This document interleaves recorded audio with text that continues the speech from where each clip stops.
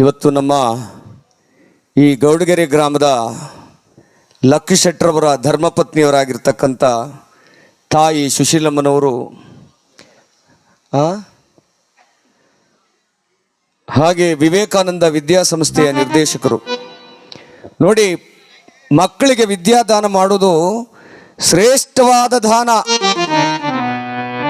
ಇವತ್ತು ನೀವೆಲ್ಲ ನೆನಪಿಟ್ಕೊಳ್ಬೇಕು, ವಿದ್ಯಾದಾನಕ್ಕಿಂತ ಶ್ರೇಷ್ಠವಾದದ್ದು ಇನ್ನೊಂದಿಲ್ಲ, ನೇತ್ರದಾನಕ್ಕಿಂತ ಶ್ರೇಷ್ಠವಾದ ದಾನ ಇನ್ನೊಂದಿಲ್ಲ, ರಕ್ತದಾನಕ್ಕಿಂತ ಶ್ರೇಷ್ಠವಾದ ದಾನ ಇನ್ನೊಂದಿಲ್ಲ, ಹಾಗೆ ಅನ್ನದಾನಕ್ಕಿಂತ ಶ್ರೇಷ್ಠವಾದ ದಾನ ಇನ್ನೊಂದಿಲ್ಲ. ಇವೆಲ್ಲ ಬಹಳ ಪವಿತ್ರವಾದ ಕಾರ್ಯಗಳು ಮಾನವ ಜನ್ಮಕ್ಕೆ. ಅವತ್ತಿನ ಕಾಲದಲ್ಲಿ ಮೇಷ್ಟ್ರು ಮಕ್ಕಳಿಗೆ ಒಡೆದು ಬುದ್ಧಿ ಹೇಳ್ತಿದ್ದಾಗ ಪೊಲೀಸ್ ಸ್ಟೇಷನಲ್ಲಿ ಪೊಲೀಸ್ನವ್ರು ಹೊಡಿತಿರ್ಲಿಲ್ಲ. ಆಗ ಯಾಕೆ ಅಂದರೆ ಕ್ರೈಮ್ ಹೆಚ್ಚಾಯ್ತಿರ್ಲಿಲ್ಲ. ಇವತ್ತು ಯಾವಾಗ ಮೇಷ್ಟ್ರ ಕೈಲಿ ಕೋಲಿಲ್ವೋ, ಮೇಷ್ಟ್ರು ಹೊಡೆಯೋದನ್ನು ಬಿಟ್ಟರು ಪೊಲೀಸ್ ಸ್ಟೇಷನಲ್ಲಿ ಇವತ್ತು ಜಾಸ್ತಿ ಹೊಡಿಸ್ಕೊತಾವ್ರೆ ಹುಡುಗರು.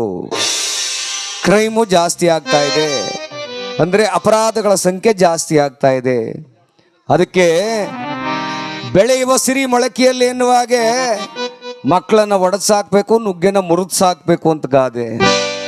ಇವತ್ತು ಕ್ರೈಮ್ಗಳು, ಅಪರಾಧಗಳು ಜಾಸ್ತಿ ಆಗ್ತಾ ಇರೋದು ಕಾರಣ ಮಾಸ್ಟ್ರು ಯಾವಾಗ ಹೊಡೆಯೋದನ್ನು ಬಿಟ್ಟರು. ಒಬ್ಬಮ್ಮ ಓದ್ಲಂತೆ, ಒಂದು ಹುಡುಗನಿಗೆ ಮಾಸ್ಟ್ರು ಕೈ ಬಾಸುಂಡೆ ಬರೋವಾಗ ಹೊಡೆದಿದ್ರು. ಯಾಕೆ ಅಂದರೆ ಸರಿಯಾಗಿ ಪಾಠ ಓದೋದಿಲ್ಲ ಇವನು, ಬರೀ ಪೋಲಿ ಮಾತಾಡ್ಕೊಂಡು ಕೂತಿರ್ತಾನೆ ಅಂತ. ಹೊಡೆದಾಗ ಆ ಹುಡುಗ ಮನೆಗೆ ಬಂದು ಅವ್ರ ಅಪ್ಪ ಅವ್ರ ಅವನಿಗೆ ಹೇಳದ್ನಂತೆ, ಮೇಷ್ಟ್ರು ನನಗೆ ಹೊಡೆದಾಕ್ಬಿಟ್ರು ಕಣವ, ಹಾಗೆ ಹೀಗೆ ಅಂತ. ಅವ್ರ ತಂದೆ ತಾಯಿ ಬಂದು ಆ ಮಾಸ್ಟ್ರಿಗೆ ಬೈಬಾರ್ದು ಬೈಗಳದಲ್ಲಿ ಬೈದ್ರಂತೆ. ನಿಮಗೇನು ಮಾನ ಮರ್ಯಾದಿಲ್ವೇನ್ರಿ ಮೇಷ್ಟ್ರೇ, ನಾವು ಕಷ್ಟಪಟ್ಟು ಸಾಕಿದ್ದೀವಿ ನನ್ನ ಮಕ್ಕಳನ್ನ, ನೀವು ಹೆಂಗ್ರಿ ಹೊಡೆದ್ರಿ, ಹಾಗೆ ಹೀಗೆ ಅಂತೇಳಿ ಆ ಮಾಸ್ಟ್ರು ಪಾಪ ಮನಸ್ಸು ನೋವಾಗೋ ರೀತಿ ಮಾತಾಡ್ಬಿಟ್ರಂತೆ. ನೋಡಿ, ನಾಳೆಯಿಂದ ಹುಡುಗ ಶಾಲೆಗೆ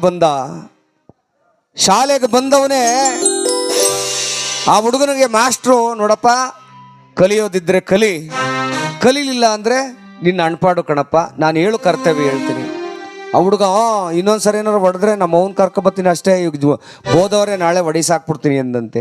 ಮಾಸ್ಟ್ರ್ ಅಂದರು, ಅವನು ಸವಾಸಕ್ಕೆ ಹೋಗದೆ ಬಿಟ್ಟರು. ಯಾಕೆ ಬೇಕು ನಮಗೆ ಅಲ್ವಾ? ಮಾಸ್ಟ್ರಿಗೆ ಯಾವತ್ತು ಗೌರವ ಕೊಡ್ತೀವೋ, ಗುರುಗಳಿಗೆ ಯಾವತ್ತು ಗೌರವ ಕೊಡ್ತೀವೋ, ನಮ್ಮ ಮನೆಯೂ ಅಷ್ಟೇ ಸುಸಂಸ್ಕೃತವಾಗಿ ಬೆಳೆದಿರ್ತೀವಿ. ಆಗ ಮಾಸ್ಟ್ರು ಸ್ವಲ್ಪ ದಿನ 20-30 ವರ್ಷ ಕಳೀತು, ರಿಟೈರ್ಡ್ ಆದರು. ರಿಟೈರ್ಡ್ ಆದಮೇಲೆ ಒಂದು ದಿನ ಅವ್ರ ತಾಯಿ ತಂದೆ ದಾರಿಲಿ ಏನೋ ಒಂದು ಬ್ಯಾಗ್ ಹಿಡ್ಕೊಂಡು ಹೋಗ್ತಿದ್ರಂತೆ. ನೋಡಿ, ಆಗ ಮಾಸ್ಟ್ರ್ ಕೇಳಿದ್ರಂತೆ, ಅಮ್ಮ ನೀವು ಅವತ್ತು ನನಗೆ ಜಗಳ ಮಾಡಕ್ಕೆ ಬಂದಿದ್ರಲ್ಲ, ಹುಡುಗನ ತಾಯಿ ತಂದೆ ಅಲ್ವೇನ್ರವ? ಹೌದು ಸ್ವಾಮಿ, ಹೌದು ಅಂದ್ಬಿಟ್ಟು ಆ ಮಾಸ್ಟ್ರ್ ಕಾಲು ಬೀಳಕ್ಕೆ ಹೋದ್ರಂತೆ. ನೋಡಿ, ಆಗ ಮಾಸ್ಟ್ರು, ಬೇಡವಾ ನೀವೇನು ನನ್ನ ಕಾಲಿಗೆ ಬೀಳಬೇಕಾಗಿಲ್ಲ, ಈಗ ನಾನು ಮೇಷ್ಟ್ರು ಅಲ್ಲ, ರಿಟೈರ್ಡ್ ಆಗಿದೆ ನಾನು ಹೆಂಗೋ ನಿವೃತ್ತಿ ಜೀವನ ಕಳ್ಕೊಂಡು ಹೋಗ್ತಾ ಇದ್ದೀನಿ. ಆಗ ಈ ಬ್ಯಾಗ್ ಹಿಡ್ಕೊಂಡು ಎಲ್ಲಿ ಹೋಗ್ತಾ ಇದ್ದೀರವ ಅಂದಾಗ, ಸ್ವಾಮಿ ಹೇಳಿದ್ರೆ ನೋವಾಗುತ್ತೆ, ನನ್ನ ಮಗ ಜೈಲಲ್ಲಿದ್ದಾನೆ ಸ್ವಾಮಿ, ಬಟ್ಟೆ ಕೊಟ್ಬಿಟ್ಟು ಬರೋಕ್ಕೆ ಹೋಗ್ತಾ ಇದ್ದೀನಿ. ಯಾಕೆ, ಏನು ಮಾಡ್ದ? ಅಯ್ಯೋ ಸ್ವಾಮಿ, ಅವತ್ತು ನೀವು ಏಟು ಹೊಡೆದಾಗ ನಾವು ಬಂದು ನಿಮ್ಮನ್ನು ಕೇಳದೆ ಹೋಗಿದ್ರೆ ಇವತ್ತು ನನ್ನ ಮಗ ಸುಸಂಸ್ಕೃತವಾಗಿ ಬೆಳೀತಿದ್ದ. ನಿಮ್ಮ ಜೊತೆಲಿ ಬಂದು ಜಗಳಾಡ್ದೆ. ಇವತ್ತು ಮಾಡಬಾರ್ದು ಅನ್ಯಾಯ, ಅತ್ಯಾಚಾರ, ದೌರ್ಜನ್ಯ, ದರೋಡೆ, ಕಳ್ಳಾಗವನೆ ಸ್ವಾಮಿ, ದೊಡ್ಡ ಕಳ್ಳಾಗವನೆ. ಆಗಲೇ 4 ವರ್ಷ ಆಯಿತು ಸ್ವಾಮಿ ಜೈಲಿಗೆ ಹೋಗಿ, ಮನೆಯವ್ರ ಮಾತು ಕೇಳೋದಿಲ್ಲ, ಕುಡ್ತ ಜೂಜು ಎಲ್ಲ ಕಲ್ತ್ಕೊಂಡು. ಆಗ ಮಾಸ್ಟ್ರ್ ಹೇಳಿದ್ರಂತೆ, ನೋಡವಾ, ಮಾಸ್ಟ್ರು ಮಕ್ಕಳಿಗೆ ಹೊಡೆಯೋದು ಯಾವುದೋ ಕೋಪಕ್ಕಲ್ಲ, ಅವನ ಮೇಲೆ ಯಾವುದೇ ದ್ವೇಷನೂ ಇಲ್ಲ, ಅಥವಾ ನಿಮ್ಮ ಮೇಲೆ ಯಾವುದೇ ದ್ವೇಷನೂ ಇಲ್ಲ. ನಮಗೆ ಗುರುಗಳ ಕರ್ತವ್ಯ ಏನು? ನನ್ನ ವಿದ್ಯಾರ್ಥಿ ಒಬ್ಬ ದೊಡ್ಡ ವ್ಯಕ್ತಿ ಆಗಬೇಕು, ವಿದ್ಯಾವಂತನಾಗಬೇಕು, ಅವನು 4-6 ಜನಕ್ಕೆ ಕೆಲಸ ಕೊಡುವಂಥವನಾಗಬೇಕು, ತಂದೆ ತಾಯಿಯನ್ನು ಸುಸಂಸ್ಕೃತವಾಗಿ ನೋಡ್ಕೊಳ್ಳುವಂಥವನಾಗಬೇಕು ಅಂತ ಮಾಸ್ಟ್ರು ಹೊಡಿತಾರೆ ವಿನಃ ಅವನ ಮೇಲೆ ದ್ವೇಷಕ್ಕೋ ನಿಮ್ಮ ಮೇಲೆ ದ್ವೇಷಕ್ಕೋ ಹೊಡೆಯಲ್ಲ ಕಣವ. ಆಗ ತಂದೆ ತಾಯಿ ಮಾಸ್ಟ್ರ್ ಕಾಲಿಗೆ ಬಿದ್ದು ಕೇಳ್ಕೊಂಡ್ರಂತೆ, ಸ್ವಾಮಿ ನೀವು ಹೊಡೆಯೋದನ್ನು ಯಾವತ್ತು ಬಿಟ್ಟರೋ ಅವತ್ತು ಇಂಥ ನಮ್ಮ ಹುಡುಗನಂಥ ಮಕ್ಕಳು ಇವತ್ತು ಜೈಲೊಳಗಿದ್ದಾರೆ ಸ್ವಾಮಿ ಅಂತ. ಈಗ ನೀವೇ ಹೇಳಿ, ಮಾಸ್ಟ್ರು ಹೊಡೆಯೋದು ಸರಿನಾ ತಪ್ಪು ಅಂತ? ಮಾಸ್ಟ್ರು ಶಿಕ್ಷಣ ಅಂದರೆ ಶಿಕ್ಷೆಯಿಂದ ಮಕ್ಕಳು ಬೆಳಿಬೇಕು, ಮಾಸ್ಟ್ರು ಭಯ ಇರಬೇಕು, ಗುರುಗಳು ಇವತ್ತು ನನಗೆ ಏನು ಪಾಠ ಹೇಳ್ತಾರೋ ಅದನ್ನು ನಾನು ಬೆಳಿಗ್ಗೆ ನಾನು ಒಪ್ಪಿಸ್ಬೇಕು, ರಾತ್ರಿ ಎಲ್ಲ ಕುಳಿತುಕೊಂಡು ನಾನು ಹೋಮ್ವರ್ಕ್ ಮಾಡಬೇಕು, ಮೊಬೈಲ್ನ ಬಿಟ್ಟುಬಿಟ್ಟು ನನ್ನ ಗುರುಗಳಿಗೆ ನಾನು ದೊಡ್ಡ ಗೌರವ ತರಬೇಕು, ನನ್ನ ತಂದೆ ತಾಯಿಗಳಿಗೆ ನಾನು ಹೆಸರು ತರಬೇಕು, ಒಬ್ಬ ವಿದ್ಯಾವಂತನಾಗಬೇಕು, ನೌಕರಿ ತಗೊಳ್ಬೇಕು, ಒಬ್ಬ ದೊಡ್ಡ ರೈತನಾಗಬೇಕು. ಹೀಗೆ ನಮ್ಮ ಲಕ್ಷೇಟ್ರ ಥರ ಒಂದು ವಿದ್ಯಾಮಂದಿರ ಕಟ್ಟಿಸಬೇಕು, ಸುಶೀಲಮ್ಮನವ್ರ ಥರ ನಾನು ಒಂದು ವಿದ್ಯಾಮಂದಿರವನ್ನು ಕಟ್ಟಿಸ್ಬೇಕು, 4 ಜನಕ್ಕೆ ಉಪಯೋಗ ಆಗಬೇಕು ಅನ್ನೋದೇ ಮಾಡಬೇಕೇ ವಿನಃ ಇವತ್ತು ಮಕ್ಕಳನ್ನ ನಾವು ಹೆಂಗೆ ಸಾಕ್ತಾ ಇದ್ದೀವಿ ಅಂದರೆ, ಮಕ್ಕಳನ್ನ ಅವು ಆಟ ಆಡೋಕ್ಕೆ ಬಿಡೋದಿಲ್ಲ, ಬೀದಿಲಿ ಆಟ ಆಡೋಕ್ಕೆ ಬಿಡ್ತಾ ಇಲ್ಲ, ಭಾಳ ಸೂಕ್ಷ್ಮವಾಗಿ ಸಾಕ್ತಾ ಇದ್ದೀವಿ. ನೋಡಿ, ಇವತ್ತು ದೊಡ್ಡ ದೊಡ್ಡ ಹುದ್ದೆಯಲ್ಲಿರ್ತಕ್ಕಂಥ ದೊಡ್ಡ ದೊಡ್ಡ ಏನು ಇಂಜಿನಿಯರ್ಗಳು, ದೊಡ್ಡ ದೊಡ್ಡ ವಿಜ್ಞಾನಿಗಳು, ದೊಡ್ಡ ದೊಡ್ಡ ಯೋಧರಾಗಿರ್ತಕ್ಕಂಥವ್ರು ಎಲ್ಲರೂ ಕೂಡ ಬಡತನದಲ್ಲಿ ಬೆಳೆದವ್ರೆ. ಬಾಬಾ ಸಾಹೇಬ್ ಅಂಬೇಡ್ಕರ್ ಅವರು ತಿನ್ನೋಕೆ ಅನ್ನ ಇಲ್ಲದೇ ಕೀಳು ಜಾತಿ ಅಂತೇಳಿ ದೀಪದ ಬೆಳಕಲ್ಲಿ ಕುಂತ್ಕೊಂಡು ಓದಬಾರ್ದಂಥವ್ರು ಇವತ್ತು ಸಂವಿಧಾನ ಶಿಲ್ಪಿ ಆದರು. ವಿಶ್ವೇಶ್ವರಯ್ಯನವರು ಬೀದಿ ದೀಪದ ಕೆಳಗೆ ಕುಳಿತುಕೊಂಡು ಓದಿ ಅವರು ಕೂಡ ದೊಡ್ಡ ವಿಜ್ಞಾನಿ ಆದರು. ಮಕ್ಕಳನ್ನ ಸ್ವಲ್ಪ ಭಯದಲ್ಲಿಟ್ಟು ಸಾಕಿದರೆ ಮುಂದೊಂದು ದಿನ ಅವರು ನಿಮಗೆ ಸಂಸ್ಕಾರವನ್ನು ಕೊಡ್ತಾರೆ. ಸರಿಯ ತಪ್ಪ ಅಶೋಕಪ್ಪ? ಯಾಕೆ ಅಂದರೆ ಅತಿಯಾದ ಪ್ರೀತಿ ಮಕ್ಕಳನ್ನು ದಾರಿ ತಪ್ಪಿಸೋ ರೀತಿ ಹೊರಟೋಗುತ್ತೆ ಅಂತ.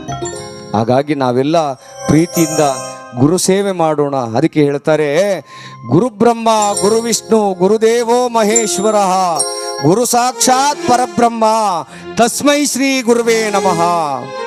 ಗುರುವಿನ ಗುಲಾಮನಾಗೋ ತನಕ ದೊರೆಯದಣ್ಣ ಮುಕುತಿ. ಯಾರೋ ಒಬ್ರು ಮಾಸ್ಟ್ರು ಸಂಸ್ಕಾರವನ್ನು ಕಲಿಸ್ಬೇಕು ಅಂತ ಮಕ್ಕಳಿಗೆ 10 ಮಕ್ಕಳನ್ನ ಎದ್ದು ನಿಲ್ಲಿಸಿದ್ರಂತೆ. ಲಿಗ್ವಾ ಕೇಳಿಸ್ಕೊಳ್ಳಿ ದಯಮಾಡಿ, ಮಕ್ಕಳಿಗೆ ಹೇಳ್ಕೊಡಿ. ನೋಡಪ್ಪ, ಸ್ವರ್ಗವನ್ನು ನೋಡಿದ್ದೀರಾ? ದೇವಲೋಕದಲ್ಲಿ ಇರ್ತದೆ ಸ್ವರ್ಗ, ನೋಡಿದ್ದೀರಾ ಅಂದಾಗ 10 ಮಕ್ಕಳು ಹೇಳಿದ್ರಂತೆ, ನಾವೆಲ್ಲ ನೋಡಿದ್ದೀವಿ ಸ್ವಾಮಿ ಅಂತ. ಆಗ ಹೋಗಿ ಸ್ವರ್ಗದಲ್ಲಿ ಒಂದಿಡಿ ಮಣ್ಣು ತಗೊಬರಗಪ್ಪ ಅಂತ ಕಳಿಸಿದ್ರಂತೆ ಮಾಸ್ಟ್ರು. ಎಲ್ಲ ಬಂದು ಅವ್ರ ಅಪ್ಪರವನ್ನ ಕರ್ಕೊಬಂದರು. ಮೇಷ್ಟ್ರು ನೋಡಿ ಕೆಲಸ ಇಲ್ದೇ ಸ್ವರ್ಗಕ್ಕೆ ಹೋಗುವಂಥವ್ರೆ ಅಂದರೆ ಅಪ್ಪ ಅಮ್ಮ ಕೋಪ ಮಾಡ್ಕೊಂಡು ಬಂದು ಮೇಷ್ಟ್ರಿಗೆ ಬೈದರು. ಆದರೆ ಒಂದು ಹುಡುಗ ಪಾಪ ಬಡತನದಲ್ಲಿ ಬೆಂದಂಥ ಹುಡುಗ, ಅವನಿಗೆ ಬಡತನ ಇದೆ ಆದರೆ ಸಂಸ್ಕಾರಕ್ಕೇನು ಕೊರತೆ ಇಲ್ಲ. ಒಂದಿಡೀ ಮಣ್ಣು ಹಿಡ್ಕೊಬಂದು ಆ ಮಾಸ್ಟ್ರ್ ಗುರುಗಳ ಮುಂದ್ಗಡೆ, ಸಾರ್ ನಾನು ಸ್ವರ್ಗದಿಂದ ಮಣ್ಣು ತಂದಿದ್ದೀನಿ ಅಂದ್ಬಿಟ್ಟು ಟೇಬಲ್ ಮೇಲೆ ಇಟ್ಟನಂತೆ. ನೋಡಿ, ಮಾಸ್ಟ್ರ್ ಕಣ್ಣಲ್ಲಿ ಆಶ್ಚರ್ಯ, ಕಣ್ಣಲ್ಲಿ ನೀರು ಜಿನುಗ್ತಾ ಇದೆ. 9 ಮಕ್ಕಳು ನಾವು ಸ್ವರ್ಗ ನೋಡಿಲ್ಲ ಅಂತ ಅವ್ರ ಅಪ್ಪನವನ್ನ ಕರ್ಕೊಬಂದು ಬಯಸ್ತಾ ಇದ್ದಾರೆ.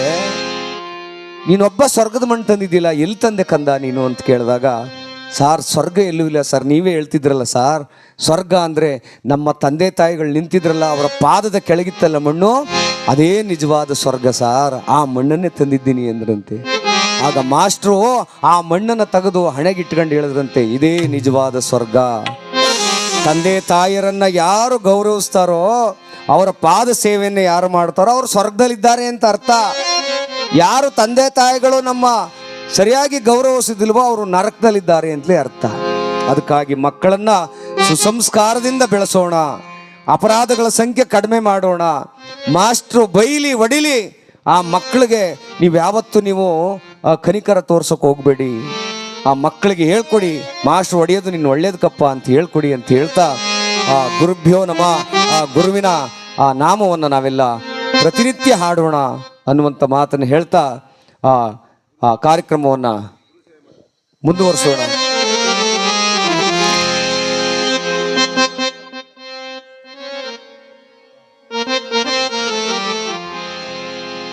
ಗುರು ಸೇವೆ ಮಾಡದಂತ ನರ ಜನ್ಮವೇತಕ್ಕೆ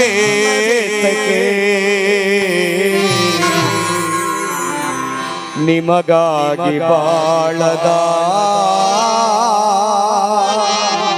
ಬದುಕೇತಕ್ಕೆ ಗುರುವೇ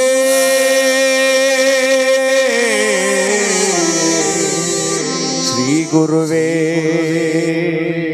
ವಿದ್ಯಾದಾನ ಮಾಡಿದ ಮಹಾ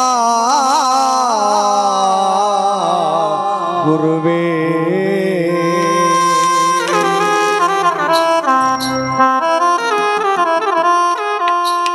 ಗುರು ಸೇವೆ ಮಾಡದಂತ ನರ ಜನ್ಮವೇತಕ್ಕೆ ನಿನಗಾಗಿ ಬಾಳದ ಬದುಕೇತಕ್ಕೆ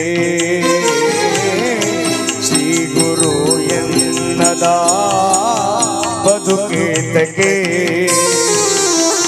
ಗುರು ಸೇವೆ ಮಾಡದಂತ ನರ ಜನ್ಮವೇತಕ್ಕೆ ನಿಮಗಾಗಿ ಬಾಳದ ಬದುಕೇತಕ್ಕೆ ಶ್ರೀ ಗುರು ಎನ್ನದ ಬದುಕೇತಕ್ಕೆ